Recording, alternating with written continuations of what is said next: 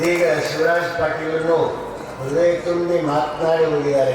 ಅವರಿಗೂ ಈ ಸಂದರ್ಭದಲ್ಲಿ ನಾನು ಶರಣಾರ್ಥಿಯನ್ನು ಅರ್ಪಿಸ್ತಾ ಇದ್ದೀನಿ. ಬಂಧುಗಳೇ, ಈ ನನಗೆ ಈ ಲಿಂಗಾಯತ ಧರ್ಮದ ಕಾರ್ಯಕ್ರಮ ಇದ್ರ ಬೇರೆ ಯಾರ್ದಾರ ಕಾರ್ಯಕ್ರಮ ಇದ್ರ ಭಾಳ ಜೋರಾಗಿ ಚೆಂದಾಗಿ ಮಾತಾಡೋದು ಬರ್ತದೆ. ನಮ್ಮದೇ ಕಾರ್ಯಕ್ರಮದಾಗ ನನಗೆ ಮಾತಾಡೋಕೆ ಏನೂ ಸುಧಾರಿಸಂಗಿಲ್ಲ, ಏನು ಹೇಳಬೇಕು ಗೊತ್ತಾಗಂಗಿಲ್ಲ. ಆದರೆ ಕೆಲವು ದಿವಸದಿಂದ ಒಂದು 2-3-4 ತಿಂಗಳು ನಾವು ಬೇಡ ಹುಟ್ಟಪ್ಪ ಬೇಡ ಅಂತ ಅಂದಿದ್ದ. ಒಂದು 6 ತಿಂಗಳು ಸ್ಟಾಪ್ ಆಗಿತ್ತು. ಆಮೇಲೆ ಮತ್ತೆ ಗುರುಬಸವ ಪಟ್ಟದೇವರು ಒಂದು ಟೀಮಿಗೆ ಕರ್ಕೊಂಡು ಬಂದು, ಟೀಮ್ ಅಂದ್ರೇನು ಅವ್ರ ಸುತ್ತ ಇರೋ ಟೀಮೇ, ಸ್ವಾಮಿಗಳು ಅವರು ಬಂದು, ಇಲ್ಲ ನಾವು ಮಾಡ್ತೀವಿ, ನೀವು ಹಂಗೆ ಮಾಡಬೇಡ್ರಿ ಅಂತ. ಇಲ್ಲ ಬೇಡ ಅಂದೆ, ಇಲ್ಲ ಮಾಡ್ತೀವಿ ಅಂದೆ. ನನಗೂ ಅನ್ನಿಸ್ತು, ನಾನು ಮುದುಕಾಗಿ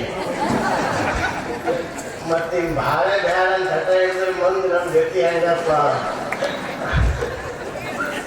ಅದಕ್ಕೆ ಮುಂದೆ ನನ್ನ ಗತಿ ಚಲೋ ಇರಬೇಕಾದ್ರೆ ಈಗ ಅವ್ರು ಹೆಂಗೆ ಅಂತಾರೆ ಹ್ಞೂ ಅಂಬದೇ ಚಲೋ ಅಂತ ಅನ್ನಿಸ್ತು. ಅದಕ್ಕೆ ನಾನು ಹ್ಞೂ ಅಂದೆ. ಇಲ್ಲಾಂದ್ರೆ ನಾನು 75 ವರ್ಷ ಆದ್ರೂ 60 ವರ್ಷ ಆದ್ರೂ ಷಷ್ಠಾಬ್ದಿ ಮಾಡ್ಕೊಂಡಿಲ್ಲ, 50 ವರ್ಷ ಆದ್ರೂ ಸುವರ್ಣ ಮಾಡ್ಕೊಂಡಿಲ್ಲ, 60 ಆದ್ರೂ ಷಷ್ಠಾಬ್ದಿ ಮಾಡಿಲ್ಲ, ಏನೂ ಮಾಡಿಲ್ಲ. ಇದು ಮೊಟ್ಟ ಮೊದಲು ಮಾಡಿದಂಥವ್ರು ಯಾರು ಇದಕ್ಕೆ ಹುಟ್ಟಾಕಿರೋರು ಅಂದ್ರೆ ಗುರುಬಸವ ಪಟ್ಟದೇವರು. ಅವ್ರು ಹ್ಞೂ ಅಂದ್ರೆ ನೀವೆಲ್ಲ ಹ್ಞೂ ಅಂದೇ ಬೇಕಂತದೆ. ಅದಕ್ಕೆ ಬಂಧುಗಳೇ, ಇದಕ್ಕೆ ನಿಜಕ್ಕೂ ಇದಕ್ಕೆಲ್ಲ ಶಕ್ತಿ, ತಾಕತ್ತು, ಆಶೀರ್ವಾದ, ದೈವ ಶಕ್ತಿ ಯಾರು ಅಂದರೆ ಅದು ಚನ್ನಬಸವ ಪಟ್ಟದೇವರು ಅಂತ ನಾನು ಭಾಳ ಹೃದಯ ತುಂಬಿ ನಾನು ಸ್ಮರಣೆ ಮಾಡ್ತಾಯಿದ್ದೀನಿ. ನಾನು ಸಾಮಾನ್ಯ ಒಬ್ಬ ವಿದ್ಯಾರ್ಥಿ, ಅದು ನಾನು ಓದೋದ್ರಲ್ಲಿನೂ ಭಾಳ ಜ್ಞಾನ ಇದ್ದಿಲ್ಲ. ಆದರೆ ಸ್ವಲ್ಪ ವಚನ ಸಾಹಿತ್ಯ ಓದೋದ್ರಲ್ಲಿ, ಧಾರ್ಮಿಕ ಪುಸ್ತಕ ಓದೋದ್ರಲ್ಲಿ ನನಗೆ ಆಸಕ್ತಿ ಇತ್ತು. ಆದರೆ ಈ ಪಠ್ಯ ಓದೋದ್ರಲ್ಲಿ ಭಾಳ ಅಷ್ಟೇ ಸಾಧಾರಣ 35% 40% ತಗೊಂಡೆ ನಾನು ಪಾಸಾಗಿದ್ದ. ಅದರಲ್ಲಿ ಒಂದೊಂದು ಸಲ ಇಂಗ್ಲೀಷ್ ಒಂದು ಹೋಗ್ತಿತ್ತು, ಏಟಿಕೆಟಿಂದ ಪಾಸಾಗಿ ಮತ್ತೆ ಅದನ್ನೊಂದು ವಿಷಯ ತೆಕ್ಕೋತಿದ್ವಿ. ಹೀಗಾಗಿ ಆದರೂ ಗುರುವಿನ ಕೃಪೆ ಒಂದು ಹೇಳ್ತೀನಿ, ನೀನೊಲಿದರೆ ಕೊರಡು ಕೊರಳುವುದಯ್ಯ, ನೀನೊಲಿದರೆ ಬರಡು ಬಯಲುವುದಯ್ಯ ಅಂತೇನು ಬಸವಣ್ಣವ್ರು ಹೇಳ್ಯಾರಲ್ಲ. ಹಾಗೆ ಗುರುವಿನ ಕೃಪೆ ಇತ್ತಂದ್ರೆ ಏನಾಗಬೇಕು ಅಲ್ಲ ನಾನೇ ಸಾಕ್ಷಿ, ಮತ್ತು ಗುರುಬಸವ ಪಟ್ಟದೇವರೇ ಸಾಕ್ಷಿ. ಆ ಗುರುಬಸವ ಪಟ್ಟದೇವರು ಮಾಡಾಗ ನಾವು ಅವ್ರಿಗೆ ಗುರುತಿಸಿದಾಗ ಅವ್ರು ಹೇಳಿದ್ರು, ಸುತ್ತೂರು ಶ್ರೀಗಳು ಯಾರು ಹೇಳಿದ್ರು ವೇದಿಕೆ ಮೇಲೆ, ಅವ್ರ ತಾಯಿ ತಂದೆ ಮಠಕ್ಕೆ ತಂದಿನ ಪ್ರಸಂಗ ಹೆಂಗಂದ್ರೆ, ಒಂದು ಸಲ ಹಿಂಗೆ ಹಾವು ಹಿಡಿದು ಹಿಂಗೆ ಚಮಕ ಬಿಸಿದಂಗೆ ಬೀಸಿ ಹಿಂಗೆ ಹಾರೋದಲ್ಲ, ಜೀವಂತ ಮತ್ತೆ ಸತ್ತಿದಂತ ತಿಳ್ಕೊಂಡು ಆ ಜೀವ ಅದು ಮತ್ತೆ ದಿನ ಒಬ್ಬೊಬ್ಬರಿಗೆ ಹೊಡೆಯೋದು ಮನೆಗೆ ಜಗಳ ಆಗ್ತದೆ. ಅವರಿಗೆಪ್ಪ ನಂಗೆ ಸಾಕು ಮಾಡ್ಯಾರ, ನಿಮ್ಮ ಮಠದಾಗೆಲ್ಲ ಇಟ್ಕೊಂಡು ನೀವು ಎಲ್ಲ ಸುದ್ದಿ ಮಾಡಿ ಎಟ್ರ ಕಳಿಸ್ರಿ ಎಟ್ರ ಇಲ್ಲ ಅಂತ. ಅದೇನೋ ಮೋಡಿ ಅವ್ರು ಬಂದ ಮೇಲೆ 5ನೇ ಕ್ಲಾಸಿಗೆ ಅವರು ಬಂದರು. 5ನೇ ಕ್ಲಾಸಿಗೆ ಬಂದ ಮೇಲೆ ಓದೋಕ್ಕೇನೂ ಬರ್ತಿದ್ದಿಲ್ಲ, ಬರಬೇಕೇನೂ ಬರ್ತಿದ್ದಿಲ್ಲ. ಸುರಿ ಹಿಡ್ಕೊಂಡೇ ಕಲಿಸಿದ್ದೀವಿ. ಕಲಿಸಿ ಅಷ್ಟು ಇಷ್ಟು ಓದಕ್ಕೆ ಬರೆಯೋಕ್ಕೆಲ್ಲ ಬಂತು. ಹಾಗೆ ಬಂತು, 10ನೇ ತನ ಎಲ್ಲ ಬಂತು. ಆನಂತರ ಅದು ಸೇವಾ ಭಾವನೆ. ಇವತ್ತು ಧಾರವಾಡದ ಮೃತ್ಯುಂಜಯ ಸ್ವಾಮಿಗಳು ಮಹಾನ್ ತತ್ವಗಳು, ದೊಡ್ಡ ವಿದ್ವಾಂಸ ಇರಲಿಲ್ಲ ಅಂದ್ರೂ ಅವ್ರ ಸೇವಾ ಭಾವನೆಯಿಂದಲೇ ಆ ಪೀಠಕ್ಕೆ ಒಂದು ಗೌರವ ತಂದು ಕೊಟ್ಟವ್ರು ಮಹಾಂತಪ್ಪು. ಧಾರವಾಡ ಮುರುಘಾ ಮಠದ ಮಹಾಂತಪ್ಪುಗಳು ಬಹಳ ಜನರಿಗೆ ಗೊತ್ತಿರಬೇಕು. ಅದೇ ರೀತಿ ನಮಗೂ ಅನಿಸ್ತು ಅವರೆಲ್ಲದರ ಸೇವೆ ಮಾಡಿ ಅಪ್ರತ್ಯಕ್ಷವಾಗಿ ಹೆಸರೆಲ್ಲ ನನ್ನೇ ಇರ್ತಿತ್ತು. ಹಿಂದೆಲ್ಲ ಶ್ರಮ, ದುಡಿತ, ಸೇವೆ ಎಲ್ಲನೂ ಗುರು ಬಸವ ಪಟ್ಟದೇವರು ಮಾಡ್ತಿದ್ರು. ಅವಾಗ ನನಗನ್ನಿಸ್ತು ಅಲ್ಲಿ ಇಲ್ಲಿ ಹುಡ್ಕೊತ ಹೋದ್ರೆ ಏನು ಉಪಯೋಗ, ಹೆಂಗೆ ಬರ್ತಾರೋ ಹೆಂಗಿಲ್ಲ.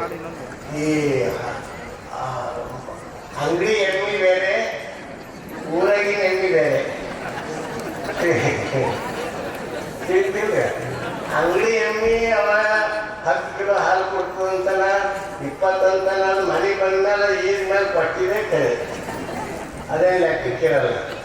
ಮನೆ ಎಣ್ಣೆ ಅಂದ್ರೆ ದಿನ ಆ ಮನೆಗೆ ಎಷ್ಟು ಕೊಡ್ತದೆ ಎಷ್ಟಿಲ್ಲ ಅನ್ನೋದು ಕರೆಕ್ಟ್ ಗೇಜ್ ಇರ್ತದೆ, ನೋಡೋದಿರ್ತದೆ, ಅದು ಕರೆಕ್ಟ್ ಖಾತ್ರಿ ಇರ್ತದೆ. ಹಂಗ ನಾವು ಮತ್ತೆ ಮನೆಗೆ ನೋಡ್ಕೊತ ಹೋಗ್ಬೇಕು. ಇವ್ರ ಬಳಿ ಏನೋ ಒಳ್ಳೆ ವಿಸಿನ್ ಅದ, ಎಲ್ಲ ಚಲೋ ಅದ, ಮತ್ತ ಅವರು ಇಲ್ಲ ನೀವು ಏನಿಲ್ಲ ಸೇವೆ ನಾವು ನಿಮ್ಗೆ ಸಮರ್ಪಣೆ ಆಗಿ ಅಂತ ಅವರು ಸಮರ್ಪಣೆ ಆಗಿ ಸೇವೆ ಮಾಡಕ್ ಬರಾಳ ಮಾಡಿದ್ರು. ಅವಾಗ ಅವ್ರಿಗೆ ನೇಮಿಸಿದಾಗ ಪಾಪ ಗೊತ್ತಿದ್ದಕ್ಕ ಕೆಲವ್ರು ನಮ್ದೇ ಆತ್ಮೀಯ ಶಿಷ್ಯರೇ ಅವಾಗ ವಿರೋಧ ಮಾಡಿದ್ರು. ಈಶ್ವರ ಕೇಂದ್ರಗಳಿಗೂ ಎಷ್ಟೋ ಫೋನ್ ಬಂದಿತ್ತು, ಎಲ್ಲ ಗುರುಗಳು ಏನು ಹೇಳ್ತಾರ ನಾವು ಯಾರೋ ಉಭಯ ಮಾಡೋದಕ್ಕೆ ನಮ್ಮ ಕೆಲಸ ಅಂತ ಈಶ್ವರ ಖಂಡ್ರೆಯವರು ನಮಗೆ ಸಾಥ್ ಮಾಡಿದ್ರು. ಮಾಡಿ ನಿಮ್ಮಣ್ಣ ಖಂಡ್ರೆಯವರು ನಮ್ಮ ಪಟ್ಟಾಭಿಷೇಕ ನಿಂತು ಮಾಡಿದ್ರು. ಮುಂದೆ ಈಶ್ವರ ಖಂಡ್ರೆಯವರು ಗುರುಬಸವ ಪಟ್ಟದೇವರು ಪಟ್ಟಾಭಿಷೇಕ ನಿಂತು ಮಾಡಿದರು. ಮತ್ತು ನಮ್ಮ ಈ ಏನೋ ಒಂದು ನಮ್ಮ ಕಾರ್ಯ ಮಾಡಾಗ ಶಾಸಕರಾಗಿದ್ದಾಗ ಪ್ರಕಾಶ್ ಖಂಡ್ರೆಯವರು ಒಂದು ನಮಗೆ ಸ್ಟ್ಯಾಂಡ್ ಆಗಲಿಕ್ಕೆ ಕಷ್ಟದಲ್ಲಿ ನೋವಿನಲ್ಲಿ ಸಾಥ್ ಕೊಟ್ಟವರು ನಮ್ಮ ಮಾಜಿ ಶಾಸಕರಾದಂಥ ಪ್ರಕಾಶ್ ಖಂಡ್ರೆಯವರು ಅಂತ ನಾನು ಭಾಳ ಖುಷಿಯಿಂದ ಹೇಳ್ತೀನಿ. ಹೀಗೆ ಒಂದು ದೈವೀ ಶಕ್ತಿನೇ ನಮ್ಗೆ ಇಲ್ಲಿ ತನಕ ತಗೊಂಡು ಬಂದದ. ಅದೆಲ್ಲ ಗುರುವಿನ ಕೃಪೆ, ಗುರುವಿನ ಆಶೀರ್ವಾದ, ಗುರುವಿನ ಶಕ್ತಿ. ಮತ್ತು ಇವರು ಮಾಡೋ ಎಷ್ಟು ಚಲೋ ಡೈನಾಮಿಕ್ ಆಗ್ಯಾರ ಅಂದ್ರೆ ಒಂದು ನರಾಸಲ ಈಶ್ವರ ಅಪ್ಪರಿ ಭಾಳ ಚಲೋ ಆಯ್ಕೆ ಮಾಡಿರಿ ನೋಡ್ರಿ, ಭಾಳ ಚಲೋ ಆಯ್ಕೆ ಮಾಡಿರಿ ನೋಡ್ರಿ ಅಂತ ಫೋನಿನಾಗ ಒಂದು 10 ಸಲ 20 ಸಲ ಹೇಳ. ಮತ್ತು ಈಗ ಎಲ್ಲನೂ ಭಾಳ ದೂರದೃಷ್ಟಿ, ಎಲ್ಲನೂ ಭಾಳ ಚಂದ ಅದ. ನಮಗೆ ಒಂದು ಈ ಸಂದರ್ಭದಲ್ಲಿ ಒಂದೇ ಮಾತು ಹೇಳ್ತೀನಿ.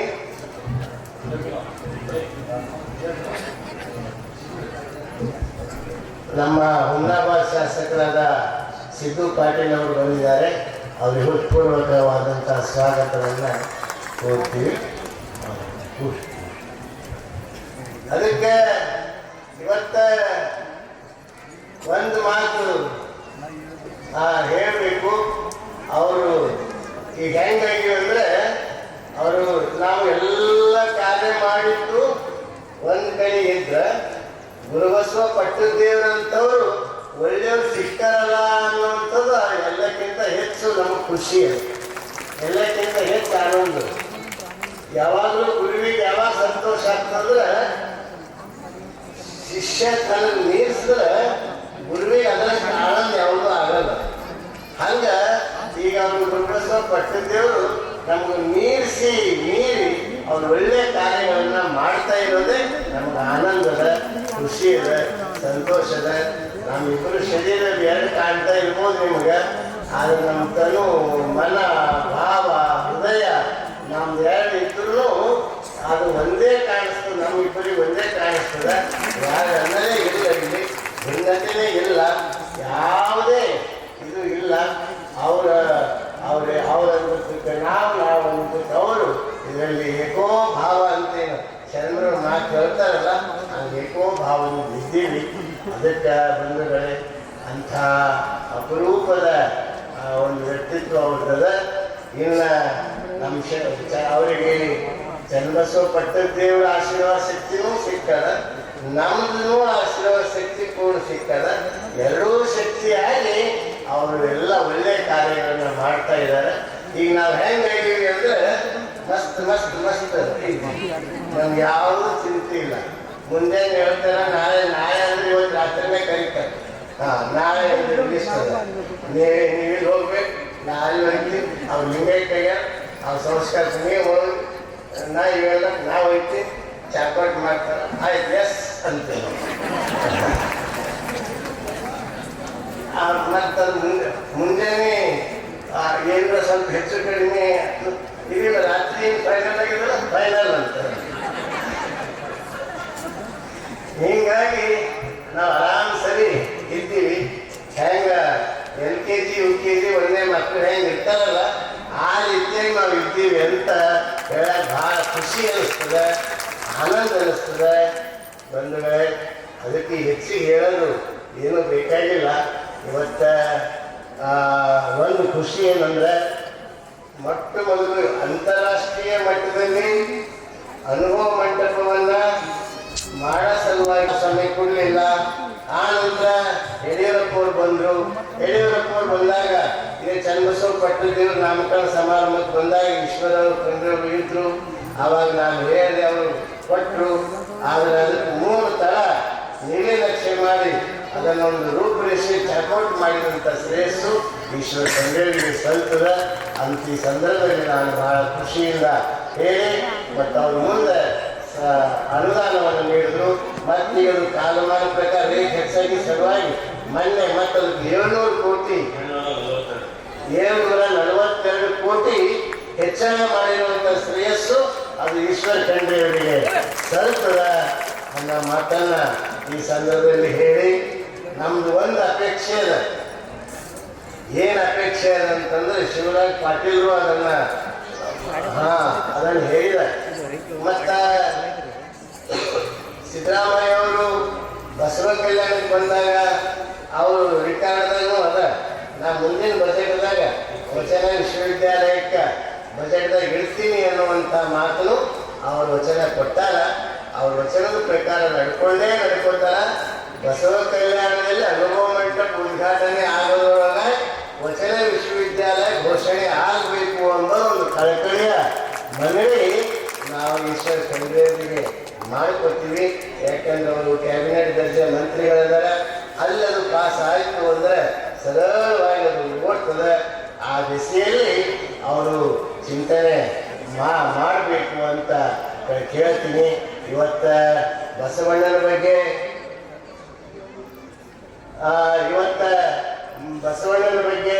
ಬಸವ ತತ್ವದ ಬಗ್ಗೆ ಒಂದು ಮಾತು ಹೇಳಿಕ್ಕೆ ಇಷ್ಟಪಡ್ತಾ ಇದ್ದೀನಿ. ಬಸವಣ್ಣ ಜಾಗತಿಕ ನಾಯಕ. ಬಸವಣ್ಣನ ಹೃದಯದಾಗ ಬುದ್ಧನನ್ನ ಕಾಣ್ತೀವಿ, ಬಸವಣ್ಣನ ಹೃದಯದಾಗ ಮಹಾವೀರನನ್ನ ಕಾಣ್ತೀವಿ, ಬಸವಣ್ಣನ ಹೃದಯದಾಗ ಅಂಬೇಡ್ಕರ್ನ ಕಾಣ್ತೀವಿ. ಎಲ್ಲ ಮಹಾಪುರುಷರನ್ನ ಬಸವಣ್ಣ ಹೃದಯದಾಗ ಕಾಣ್ತೀವಿ. ಮತ್ತು ಆ ಮಹಾತ್ಮ ಹೃದಯದಾಗ ಬಸವಣ್ಣ ಕಾಣ್ತಾರೆ. ಅಂದ್ರೆ ಅಂಥ ಜಾಗತಿಕ ಮಟ್ಟದ ತತ್ವಗಳನ್ನ ಬಸವಣ್ಣನವರು ನೀಡಿದಾರ ಅನ್ನೋದು ನಾವು ಯಾರು ಮರಿಬಾರದು. ಅಂಥ ಒಂದು ಘನವಾದ ತತ್ವ ಬಸವಣ್ಣನ ತತ್ವ ಇವೆ. ಆ ತತ್ವ ನಾವಿನ್ನೂ ರಾಜ್ಯ ಮಟ್ಟದಲ್ಲಿ ರಾಷ್ಟ್ರ ಮಟ್ಟದಲ್ಲಿ ತಗೊಂಡು ಹೋಗ್ಬೇಕಾಗಿದೆ. ನಾವು ಬರೇ ನಮ್ಮ ಕರ್ನಾಟಕದ ಕೆಲವು ವಿಶ್ವವಿದ್ಯಾಲಯದಾಗ ಬಸವಪೀಠ ಅದಾವ, ಕೆಲವು ವಿಶ್ವವಿದ್ಯಾಲಯದಾಗ ವಚನ ಪೀಠಗಳದಾವ, ವಚನ ಸಾಹಿತ್ಯದ ಕಾರ್ಯ ನಡೆದದ.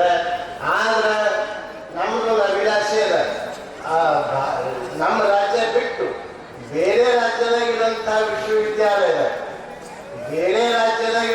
ವಿಶ್ವವಿದ್ಯಾಲಯಗಳದ ಅಲ್ಲಿ ವಚನ ಪೀಠ ಬಸವ ಪೀಠ ಅಲ್ಲಿ ಸ್ಥಾಪನೆ ಆದರೆ ಆ ರಾಜ್ಯಕ್ಕೆ ಬಸವ ಪ್ರಜ್ಞೆ ಮೂಡ್ತದ.